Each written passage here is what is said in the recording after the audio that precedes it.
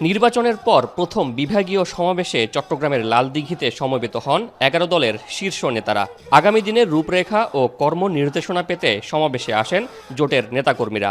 জাতীয় সংসদে বিরোধী দলীয় চিফ হুইপ এ সময় বিরোধী দলীয় নেতা ও জামায়াত আমির ডাক্তার শফিকুর রহমান অভিযোগ করে বলেন, জাতীয় সংসদে নোটিশ দিলেও সীমান্ত ইস্যুতে কথা বলতে টালবাহানা করছে সরকার। এছাড়াও গণভোটের রায় বাস্তবায়ন না করে জনগণকে অপমান করা হয়েছে বলেও মন্তব্য করেন তিনি।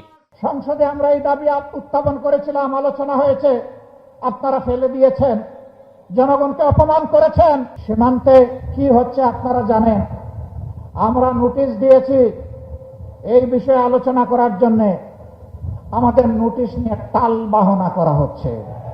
সমাবেশে ভারতীয় নতুন হাইকমিশনারের বক্তব্যের কড়া সমালোচনা করেন জোট নেতারা। এ সময় বিরোধী দলীয় চিফ হুইপ বলেন, বাংলাদেশ ও ভারতের আকাশ বাতাস এক নয়, কারো আধিপত্য মেনে নেবে না বলেও হুঁশিয়ারি দেন তিনি।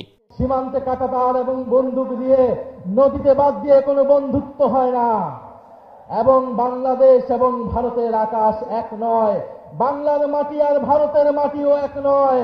সেই ফয়সালা 1947 সালেই হয়ে গিয়েছিল।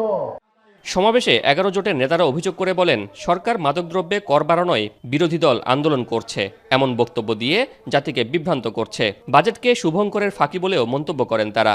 ব্যাংকে কোনো টাকা তো নাই, এটা হলো আপনাদের টাকা, জনগণের টাকা লুণ্ঠনকারীদের সাথে, তাদের সাথে কিসের মহব্বত?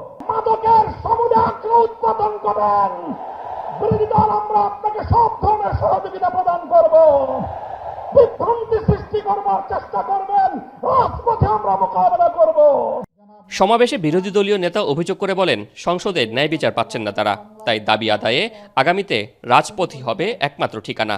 দুঃশাসন, দুর্নীতির বিরুদ্ধে যদি আরেকটি বিপ্লব করতে হয়, সেটা হবে ইনশাআল্লাহ বীর চট্টলা থেকে। শোয়েব রহমান, এখন, চট্টগ্রাম।